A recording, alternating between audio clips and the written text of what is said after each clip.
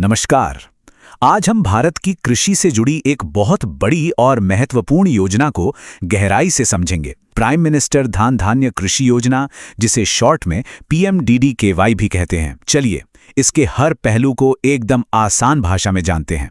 तो सबसे बड़ा सवाल यही है कि भारत के वो कृषि जिले जहां किसानों को सबसे ज्यादा मुश्किलों का सामना करना पड़ता है, उन्हें बदलने के लिए सरकार का नया प्लान आखिर है क्या? इसी सवाल का जवाब हमें PMDDKY तक लेकर जाएगा। तो चलिए सबसे पहले ये जानते हैं कि आखिर ये योजना अचानक इतनी चर्चा में क्यों आ गई है। ऐसा क्या हुआ कि हम आज इस पर बात कर रहे हैं? वजह यह है कि हाल ही में केंद्रीय बजट 25-26 की घोषणा के बाद इसे मंजूरी मिल गई है। और ये कोई छोटी मोटी योजना नहीं है, ये अगले 6 साल तक चलने वाला एक बहुत बड़ा मिशन है। देखिए, इस योजना की जरूरत को समझने के लिए हमें पहले उन असली समस्याओं को समझना होगा जिनसे हमारे देश के लाखों किसान हर रोज जूझते हैं। आखिर उनकी असली दिक्कतें हैं क्या?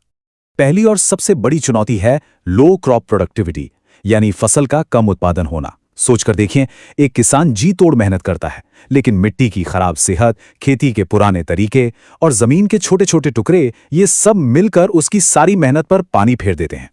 दूसरी बड़ी समस्या है लैक ऑफ इरिगेशन, यानी सिंचाई की कमी। आप कल्पना कीजिए, किसान की सारी उम्मीदें आसमान में छाए बादलों पर टिकी होती हैं। अगर मॉनसून ने साथ नहीं दिया तो उसकी आंखों के सामने ही उसकी पूरी फसल और उसके सारे सपने सूख जाते हैं। और मान लीजिए, अगर फसल अच्छी हो भी गई तो भी मुश्किलें खत्म नहीं होती। हमारे देश में खराब स्टोरेज सुविधाओं की वजह से लाखों टन अनाज बर्बाद हो जाता है। और दूसरी तरफ एक आम किसान पैसों की कमी के चलते मॉडर्न इक्विपमेंट यानी आधुनिक उपकरण खरीदने के बारे में सोच भी नहीं पाता। तो इन्हीं सब समस्याओं के जड़ पर वार करने के लिए सरकार एक कॉम्प्रिहेंसिव सॉल्यूशन लेकर आई है, जिसका नाम है PMDDKY। आइए अब इस पहल को ठीक से समझते हैं। तो प्राइम मिनिस्टर धन धान्य कृषि योजना यानी PMDDKY केंद्र सरकार की एक बहुत ही एम्बिशियस स्कीम है। इसका सीधा सीधा लक्ष्य है देश के 100 ऐसे जिलों की तस्वीर बदलना जहां कृषि की हालत सबसे ज्यादा खराब है। एक इंटरेस्टिंग बात यह भी है कि इस योजना की प्रेरणा नीति आयोग के सफल एस्पिरेशनल डिस्ट्रिक्ट प्रोग्राम से ली गई है। और इसका दायरा सिर्फ फसलों तक ही सीमित नहीं है, बल्कि इसमें एलाइड एक्टिविटीज यानी कृषि से जुड़े दूसरे काम जैसे डेयरी, मधुमक्खी पालन, इन सबको भी शामिल किया गया है। ठीक है, योजना का मकसद तो बहुत अच्छा है, पर असली सवाल तो यह है कि इसे जमीन पर उतारा कैसे जाएगा। इसके लिए पैसा कहां से आएगा और इसकी निगरानी कौन और कैसे करेगा? सरकार ने इस मिशन के लिए एक बहुत बड़ा बजट रखा है। अगले 6 इयर्स के लिए इसका कुल बजट लगभग 24,000 करोड़ रुपीस है। यह आंकड़ा दिखाता है कि यह योजना कितने बड़े पैमाने पर काम करने वाली है। इसकी निगरानी के लिए एक 3 लेवल स्ट्रक्चर बनाया गया है।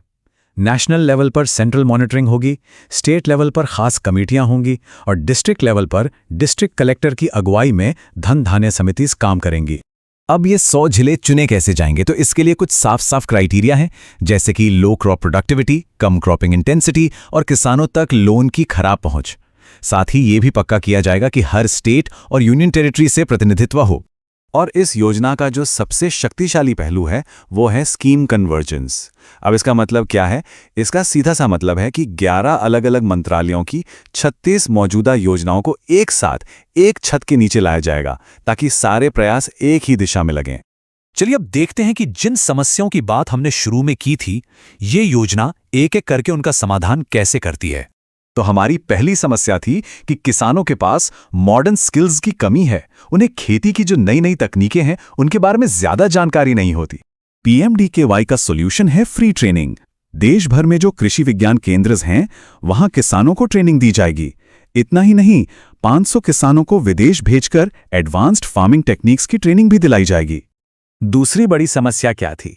यही कि किसान को उसकी मेहनत का सही दाम कैसे मिले, क्योंकि बिचौलियों की वजह से अक्सर मुनाफा उन तक पहुंच ही नहीं पाता। इसका समाधान है मार्केट तक सीधी पहुंच। इस योजना में क्रॉप डाइवर्सिफिकेशन को बढ़ावा दिया जाएगा, मतलब एक ही खेत में अलग अलग तरह की फायदेमंद फसलें उगाना। और साथ ही किसानों को ई-नैम जैसे डिजिटल मार्केट से जोड़ा जाएगा, ताकि वो अपनी फसल सीधे बेच सकें। तो इन सभी कोशिशों के बाद भारतीय कृषि का भविष्य कैसा दिखेगा? इस योजना का लॉन्ग टर्म विजन आखिर है क्या?